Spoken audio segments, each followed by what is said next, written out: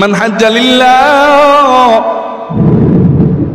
মান হাজ্জা লিল্লাহ, যে ব্যক্তি আল্লাহর জন্য হজ করবে, ফালাম ইয়ারফুত ওয়ালাম ইয়াফসুক, তার কোনো গুনাহ থাকবে না, হজের মধ্যে কোনো গুনাহ থাকবে না, কোনো ধরনের ত্রুটি থাকবে না। রাজাআ কায়মিন ওয়ালাতুহু, সে নবজাত শিশুর মতো ওই মদিনা থেকে ফিরে আসবে যেই নবজাত শিশু সবে মাত্র জন্মগ্রহণ করেছে, তার জিন্দেগিতে কোনো গুনাহ নাই, ওই ব্যক্তির জিন্দেগিতেও কোনো গুনাহ থাকবে না। আজকে দেখা যায় টাকা পয়সা হইলেও হজের গুরুত্ব দেয় না। হাদিস মধ্যে আছে আল্লাহ নবী সাল্লাল্লাহু আলাইহি ওয়াসাল্লাম বলেন, ইসলামের ভিত্তি কয়টি? 5টি। শাহাদাত আল্লা ইলাহা ইল্লাল্লাহ ওয়া আন্না মুহাম্মাদুর রাসূলুল্লাহ।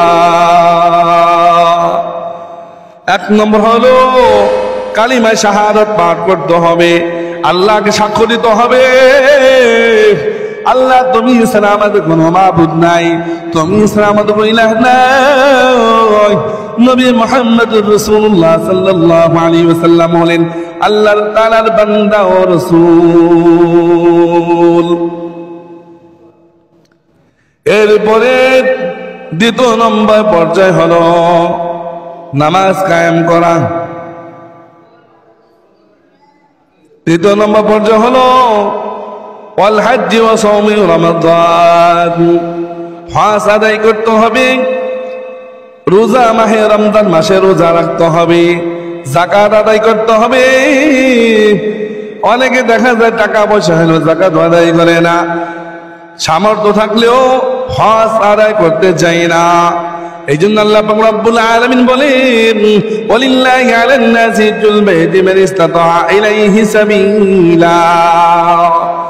আল্লাহ বলবো বান্দা বান্দিরা তোমরা শুনে রাখো, যাদের উপর হজ ফরজ হয়েছে, যাদের সামর্থ্য আছে বাইতুল্লাহ জিয়ারত করার সামর্থ্য রয়েছে, তাদের উপর আমি আল্লাহ হজ করাকে ফরজ করে দিলাম। জমি বিক্রি করে হলো তোমরা জিয়ারত করে আসো, কাবা শরীফে নামাজ পড়ো, মদিনাতুল মুনাওয়ারা গিয়ে তোমরা জিয়ারত করো, রওজাতুল আতহারে যাও।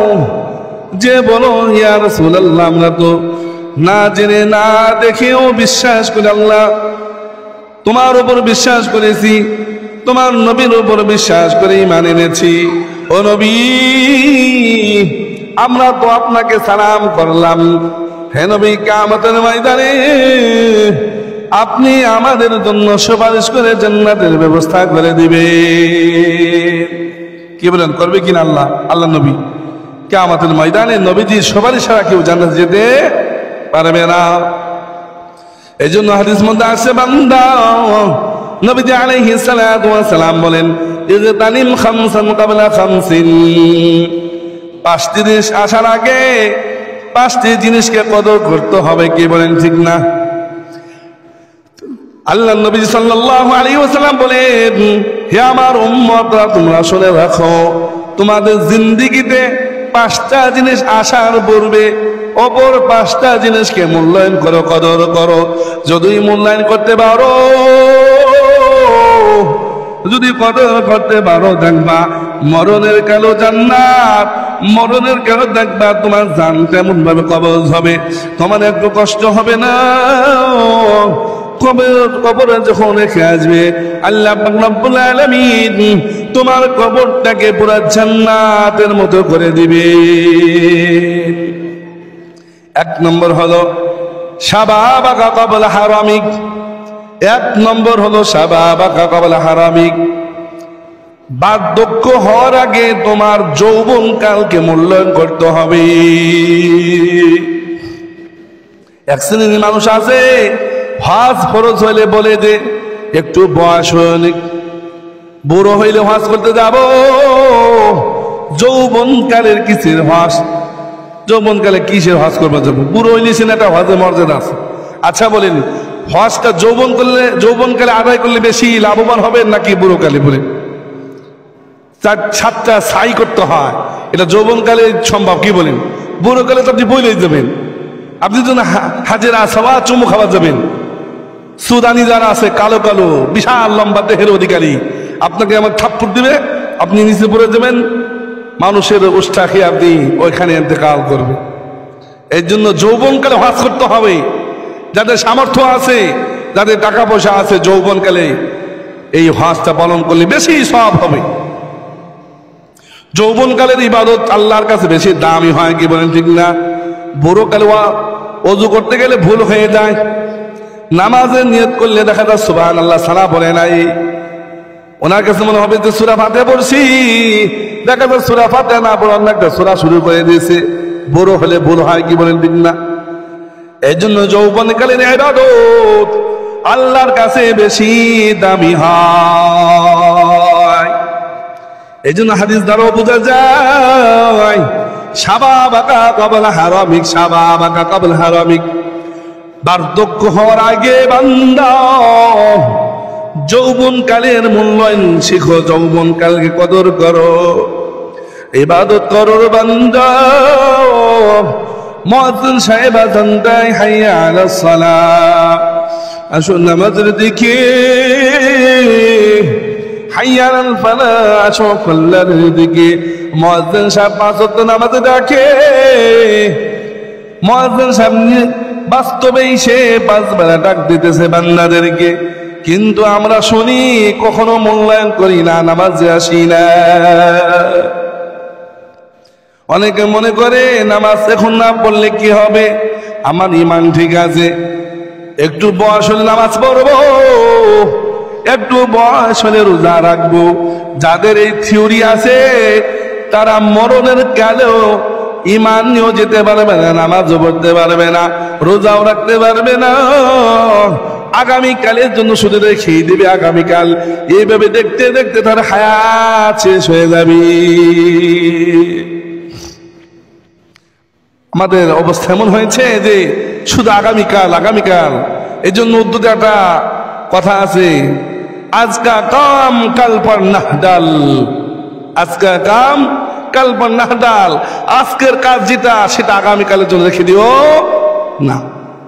আমাদের অবস্থা হয়েছে যে আমার যে কাজটা প্রতিদিন দৈনন্দিন সেটাকে আগামীকাল আগামীকাল করে রেখে দিতে দিতে আমার জীবনের হায়াত শেষ হয়ে যায়। এই জন্য হাদিসের মধ্যে আছে যৌবনকালকে মূল্যায়ন করতে হবে বার্ধক্য হওয়ার আগে। শাবাবাকা ক্বাবলা হারামিক ওয়া সিহহাতাকা ক্বাবলা সুকুমিক। আল্লাহর নবীজি সাল্লাল্লাহু আলাইহি ওয়াসাল্লাম বলেছেন, অসুস্থ হওয়ার আগে সুস্থতাকে মূল্যায়ন করো রে বান্দা। তোমার এখন সুস্থতা আছে, তুমি ভালো ভালো কাজ করতে পারো, তুমি সুন্দরভাবে চলতে পারো, ইচ্ছা করলেও তুমি মসজিদে আসতে পারো রে বান্দা। এক সময় তোমার জীবন এমন হবে ইচ্ছা থাকলেও তুমি লাঠি বড্ড মসজিদে আসতে পারবে না। এমন আছে কিনা বলি? যখন বড় হয়ে যাব শরীরও ভালো থাকবে না, দুর্বলতা কাজ করবে, লাঠি ভর দিয়ে আসতে পারবো না। এমন এক সময় আমাদের জিন্দিগি দিয়ে আসতে হবে, এমন অবস্থা আমাদের জিন্দিগিতে আজ হোক কাল হোক আসবে। আসবে কিনা বলেন? সারা জীবন আপনি যুবক থাকবেন? আজকে দাড়ি কাঁচা কাঁচা আছে, কালকে দাড়ি পেকে যাবে, এটাই বাস্তবতা। আজকে আপনি সুস্থ আছেন, কালকে দেখবেন আপনি অসুস্থ হয়ে যাবেন, কি বলেন ঠিক না? চিরকাল মানুষ সুস্থ থাকে না, অসুস্থতা তার জিন্দিগিতে আসবে। নবী অসুস্থ হয়েছেন, ভাই তোমার জিন্দিগিতে অসুস্থতা আসবে। এই জন্য হাদিসের মধ্যে এসেছে ওয়াসিহহাতাকা ক্বাবলা সুকুমিক, অসুস্থ হওয়ার আগে বান্দা সুস্থতাকে মূল্যায়ন করো, ওই সময় আমলের মধ্যে থাকো, ইবাদত বন্দেগী করতে থাকো, তুমি আমল করো, নামাজ পড়ো, রোজা রাখো। এমন একটা সময় আসবে তুমি ইচ্ছা করলেও নামাজ পড়তে পারবে না, ইচ্ছা করলেও রোজা রাখতে পারবে না, ইচ্ছা করলেও হজ করতে পারবে না, ইচ্ছা করলেও যাকাত আদায় করতে পারবে না। এরপরে 3 নম্বর পর্যায়ে আল্লাহ নবীজি সাল্লাল্লাহু আলাইহি ওয়াসাল্লাম বলেন ওয়াগিনা আকা ক্বাবলা ফাকরি, দরিদ্রতা আসার আগে তোমার ধনটাকে তোমার মূল্যায়ন করতে হবে। তুমি আজকে ধনী আছো, অসৎভাবে টাকা খরচ করা যাবে না। নাইট ক্লাবে গিয়ে লক্ষ লক্ষ টাকা খরচ করা যাবে না। বড় লোকের কারবার কি জানেন? নাইট ক্লাব বুঝেন? রাতের বেলা তারা লাখ লাখ কোটি কোটি টাকা নিয়ে মেয়েলি যে জিনিসটা আছে, নাইট ক্লাব হলো মেয়েরা নাচবে, গান গাবে, সে মদ খাবে, ফুর্তি করবে। বুঝেন নাই? বড় লোকি কারবার যারা তারা এগুলো করে, এটাকে নাইট ক্লাব বলে। কি বলে? সুন্দরী নারীদেরকে নিয়ে মজমায় বসে যায়। আল্লাহ বলেন বান্দা তুমি মজমায় বসেছো, আমার মজমায় কোনোদিন বসো নাই। মরণ হয়ে গেলে আমি রব তোমার সঙ্গী হব না।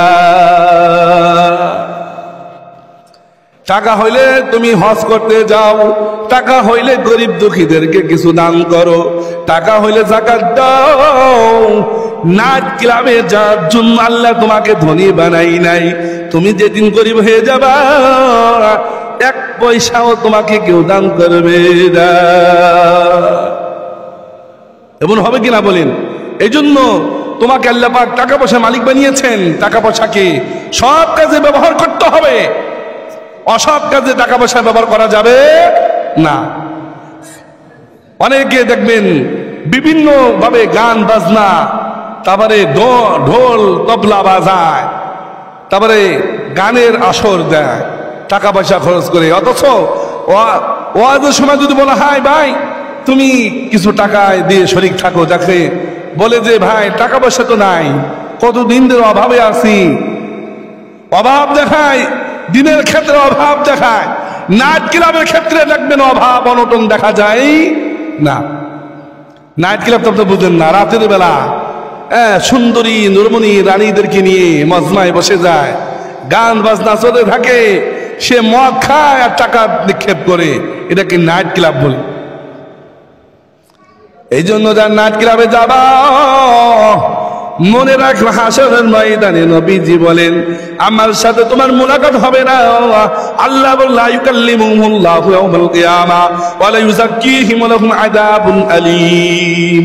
তোমার দুনিয়ায় ক্ষমতা ছিল, কিয়ামতের ময়দানে আল্লাহ বলেন তোমার সাথে আমার কোনো কথাও হবে না, আমি রব তোমার সাথে কথা বলবো না, তোমাকে পবিত্র করব না, তোমার জন্য জান্নাতের ব্যবস্থা করব না। তোমার ঠিকানা হলো ওয়া লাহুম আযাবুন আলীম, চিরস্থায়ী জাহান্নাম। জাহান্নামের শাস্তি কেমন জানেন?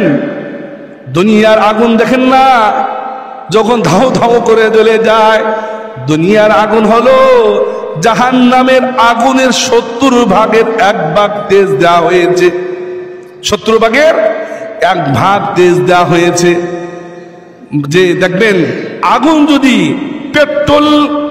পেট্রোল দিয়ে যদি কোনো কাটে লাকড়ি দেওয়া হয়, আপনি ধরা না কি ধরে দেবে? কি বলেন, ধরবে কিনা? ওইখানে আপনি থাকতে পারবেন? শুধু তাই নয়, পেট্রোল যদি কারো গায়ে দেয়, আগুন দিল তাও ধরে যায়। কি বলেন, ঠিক না?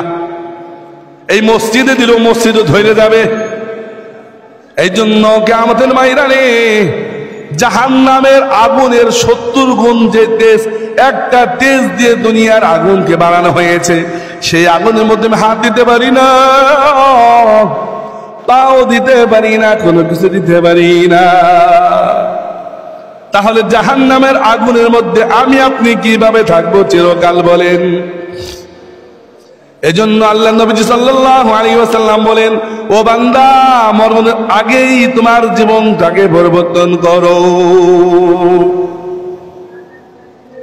এরপরে আল্লাহ নবী সাল্লাল্লাহু আলাইহি ওয়াসাল্লাম বলেন ওয়া ফারাগাকা ক্বাবলা শুগুলিক, ব্যস্ততা আসার আগে অবসর সময়কে মূল্যায়ন করো রে বান্দা।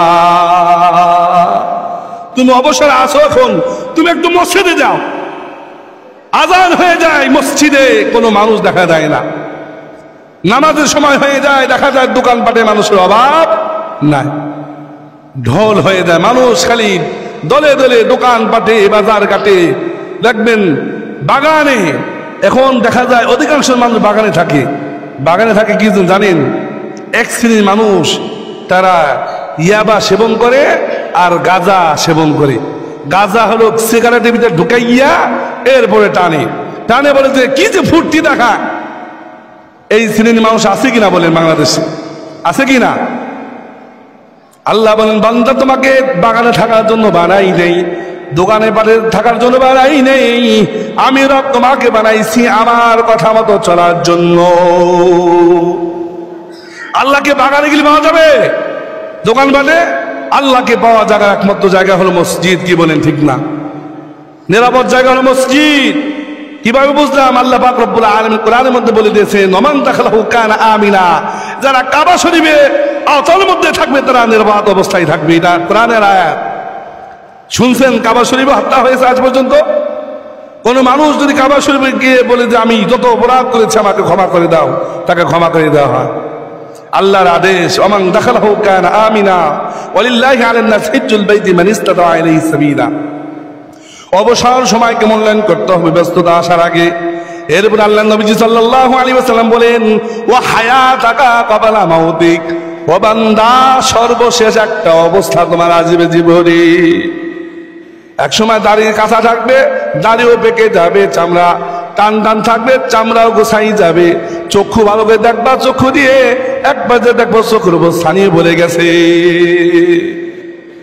একবার যে তুমি হাঁটে চলে বাজারে যাও, একদিন তোমার জিন্দিগি এমন আসবে লাঠি দিয়েও তুমি হাঁটতে পারবে না। এমন আসবে কিনা বলেন মানুষের জীবনে? সর্বশেষ মানুষের জীবনের অবস্থা কি জানেননি? মৃত্যু আসার আগে তোমার হায়াতটাকে গনিমত মনে করো। মৃত্যু আসার আগে, মৃত্যু এসে গেলেই তো তুমি আগে তো লাঠি পড়তে হাঁটতে পারতা, মৃত্যু আসলে কি লাঠি পড়তে হাঁটতে পারবে কেউ? বলেন না, কে লাঠি পড়তে হাঁটতে পারবে? বাজারে যেতে পারবে? দোকানে যেতে পারবে? মানুষের নামে গিবত স্বীকার করতে পারবে?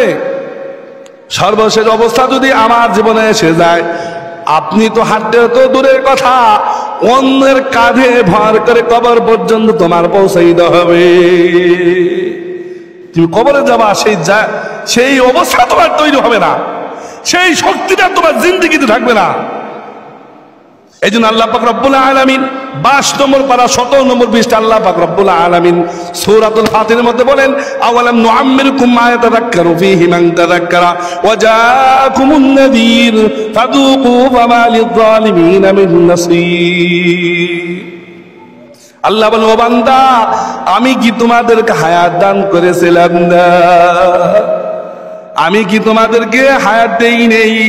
40 বছর তুমি এমাই সামাই তুমি কাটিয়ে দিয়েছো, কোনদিন দেখি নেই আমাকে ডাকা, কোনদিন দেখি নেই তুমি আমার ইবাদতে শামিল হওয়া। আজকে তুমি আমার কাছে বলতেছো আল্লাহ তুমি আবার দুনিয়ায় পাঠাও। আল্লাহ বলবে, কাল্লা, না না, তোমার হায়াত তো আমি দিয়েছিলাম। আওয়ালাম নুআম্মিরকুম মা ইয়াতাযাক্কারু ফীহি মান তাযাক্কারা, যেই সময় তোমার হায়াত ছিল, ইচ্ছা করলে তুমি উপদেশ গ্রহণ করতে পারতা, ইচ্ছা করলে তুমি আমল করতে পারতা, ইচ্ছা করলো আমি রব আমাকে স্মরণ করে তুমি দুনিয়া থেকে বিদায় নিতে পারতা। ওয়াজাকুম নাযীর, শুধু তাই নয়, তোমাদের কাছেও সতর্ককারীও লোক আমি পাঠাইয়াছিলাম। কি বলেন?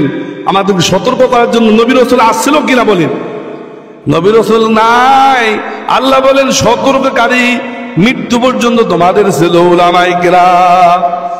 জুমার দিন বয়ান করে বুঝাইয়াছিল, কান দিয়ে শুনেছো, কোনোদিন দিলে কান দিয়ে শোনো নাই, চোখ দিয়ে দেখেছো, কোনোদিন অন্তর চক্ষু দিয়ে দেখো নাই, অন্তর দিয়ে শুনেছো কিন্তু দিলের অন্তর দিয়ে কোনোদিন শোনো না। আল্লাহ ফাযুকু, এখন আস্বাদন করো জাহান্নামের শাস্তিকে, ফামা লিয-যালিমিনা মিন নাসীর। আজকে তোমাদের জন্য, এই সমস্ত জালেমদের জন্য যারা নিজেদের প্রতি জুলুম করেছে, আমল করে নাই, ভীতি প্রদর্শনকারী আসা সত্ত্বেও আমল করে নাই, তাদের জন্য কোনো সাহায্যকারীও থাকবে না, তাদের জন্য কোনো এমন কোন ব্যক্তি থাকবে না যে সুপারিশ করে জান্নাতের ব্যবস্থা করবে। আমি ঘোষণা করে দিলাম, এদেরকে টেনে হেসড়ে গলায় বিড়ি পরাইয়া দিয়া চিরস্থায়ী থেকে জাহান্নামে নিক্ষেপ করে দাও। এই জন্য ভাই দোস্ত বুজুর্গ, আমল মৃত্যুর আগেই করতে হবে। আপনি আশাবাদী হবেন না যে আমি মরে গেলে আমার ছেলে সন্তান আমার জন্য দোয়া করবে। ভুল থিওরি। কি বলেন? আপনি জীবিত থাকা অবস্থায় আপনার জীবনটাকে আপনি পরিবর্তন করতে পারেন নাই, অথচ আপনি আশাবাদী আপনার মননে পড়ে আপনার সন্তান আপনার জন্য অনেক কিছু করবে। এই আশাটা করা কি ভুল কিনা বলেন? আপনি আমল করেন, আপনি আপনার সন্তানকে সুশিক্ষিত করান, দেখবেন মরণ হয়ে গেলেও আপনার জন্য কবরের মধ্যে শান্তির ব্যবস্থা থাকবে। আল্লাহ পাক রব্বুল আলামিন আমাদের সকলকে এই যে 5টা বিষয় বললাম, এই 5টা বিষয় আমাদের জিন্দেগিতে আসার আগেই ঠিক করে আমল করে দুনিয়া থেকে হাসি মুখে বিদায় নেওয়ার তৌফিক দান করেন। ওয়া মা আলাইনা ইল্লাল বালাগ।